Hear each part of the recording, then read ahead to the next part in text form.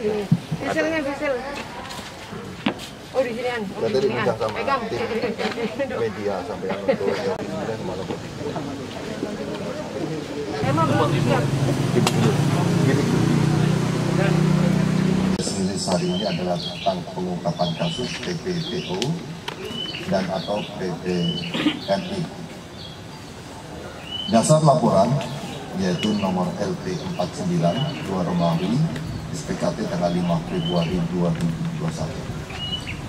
Korban bernama Nur Halimah, 29 tahun, alamat di Lombok Timur. Kemudian pelaku ada 3. Satu bernama berinisial KM, saat ini sedang DPO.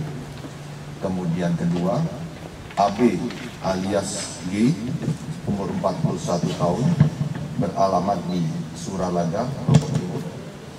Kemudian 3, bernama berinisial ASR, 44 tahun, beralamat saat ini di Ciracas, Jakarta Timur.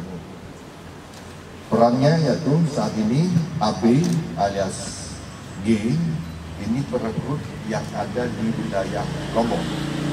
Ini yang orangnya yang amat mana amat penjejari. Nah, itu dia. Kemudian Herman, dia yang menampung di Jakarta dan mengirimkan ke luar negeri. Mana Pak Herman? Oke. Kasus ini adalah kasus perdagangan orang atau TPPO sebagaimana dimaksud dalam pasal pelanggaran pasal 10 dan atau pasal 11 Undang-Undang RI nomor 21 tahun 2007 dan PPNI Perlindungan Pekerja Migran Indonesia pada pasal 81 dan pasal 83 Undang-Undang RI nomor 18 tahun 2017. Kejadiannya seperti ini, kronologis.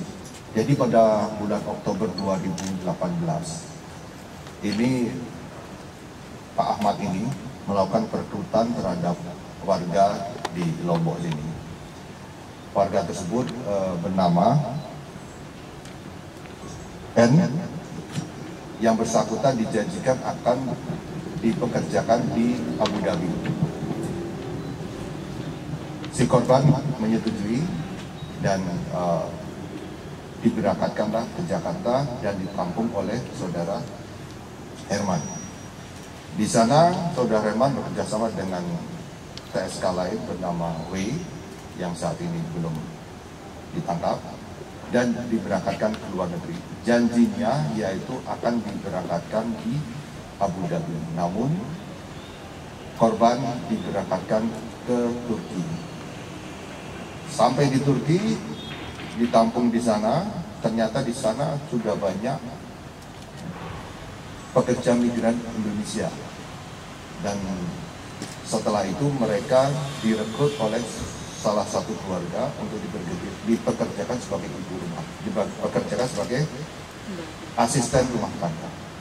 Kurang lebih sudah 2 tahun si korban ini merasa tidak nyaman karena korban ini pada saat diperlakukan sebagai asisten itu dicaci maki dan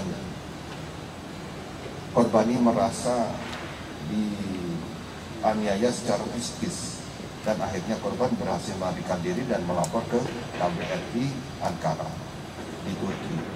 Setelah itu difasilitasi oleh KBRI, korban bisa kembali ke Indonesia dan melapor ke pihak kepolisian. Nah, dari kasus ini ditindaklanjuti oleh pihak reserse di kriminal umum dan kemudian dilakukan penyidikan dan dilakukan penangkapan terhadap pelaku yang merebut maupun yang menampung yang ada di Jakarta, sehingga kasus ini terungkap dan diproses secara hukum. Alhamdulillah korban sudah kembali ke rumah dan barang bukti ada di rumah, yaitu berupa boarding pass pesawat dari pesawat Citylink maupun pesawat Qatar Airways maupun boarding pass pesawat batik, yaitu yang digunakan untuk perjalanan dari dan dalam luar negeri. Kemudian 1 lembar surat perjalanan pelaksana paspor yang dikeluarkan oleh Kedutaan Besar Republik Indonesia Ankara. Hampir kebanyakan, selamat siang rekan. Hampir kebanyakan untuk pekerja imigran Indonesia yang diberangkatkan secara ilegal ini rata-rata semuanya visanya bisa pelancong atau wisata.